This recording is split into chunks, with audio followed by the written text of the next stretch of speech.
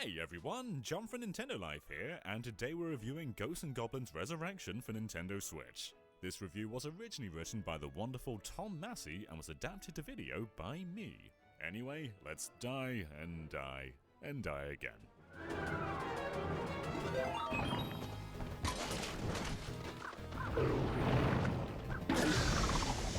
Takuro Fujiwara is back in town, and his mission is murder.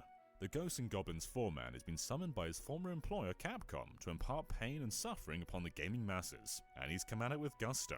To put a fine point on the conjuncture surrounding Resurrection, it is indeed Anvil through the Skull Heart, an assembly of barbaric, indiscriminate violence designed to harvest your soul and sell it to satanic slavery. It's harder from the outset on its default difficulty setting, Legend, and the next down Knight than pretty much everything in the series prior. Legend is an atrocity that spits on your face and laughs, out to break you like Ivan Drago. Here, skeleton murderers don't just come at you in droves within the first 20 seconds, they run like the wind from both left and right. Stages are vast, heavy with pitfalls and traps, and the landscape shifts constantly, often requiring quick reflexes to access out-of-reach sections.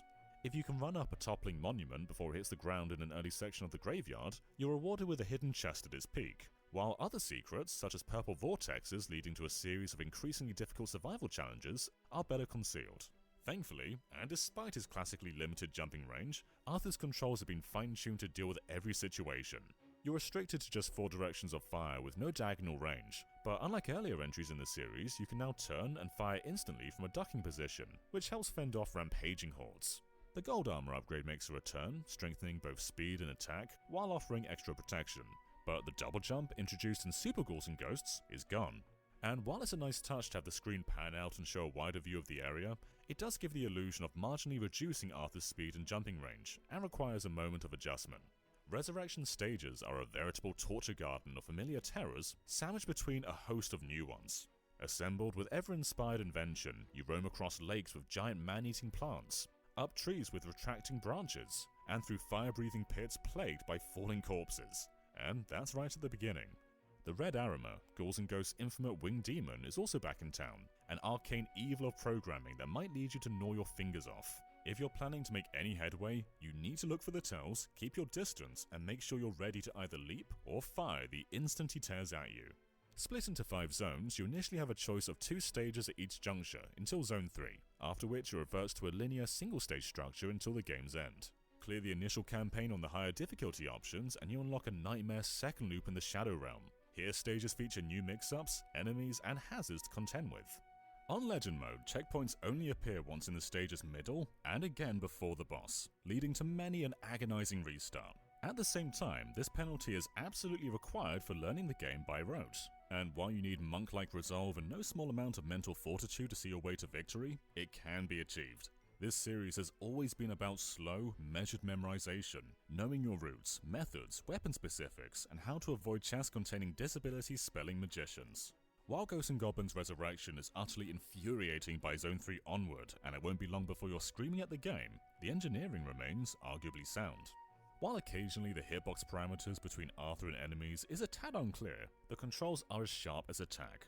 And while we briefly experience frame dropping at the beginning of the Fire Hamlet stage, it seems to run at a smooth 60 FPS everywhere else. And weirdly, this is the RE engine, the same engine as Resident Evil 7, Village, 2, 3, Devil May Cry 5. Bizarre. Before you cry, no thanks, I'd rather flay myself with barbed wire, it's worth noting that Ghosts and Goblins Resurrection has an olive branch for you.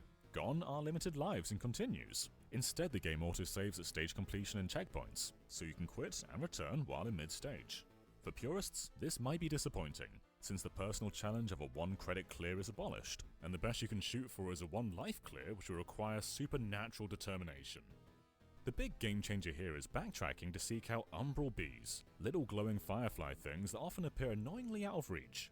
Once you've got a bee in the bag, it's there forever, even if you die. And on many occasions, it's actually worth leaping to your death to grab one, because, let's face it, you were gonna die anyway. Umbral bees can be exchanged for magic upgrades at the Umbral tree via the map screen. The more magic you unlock, the more options appear on the tree. Early attacks require just 1 bee to obtain, while the most powerful spell, one that can regenerate Arthur's armor, requires 30. And if you want to, you can trade back the magic and get the bees back, so you can focus on any spell you want.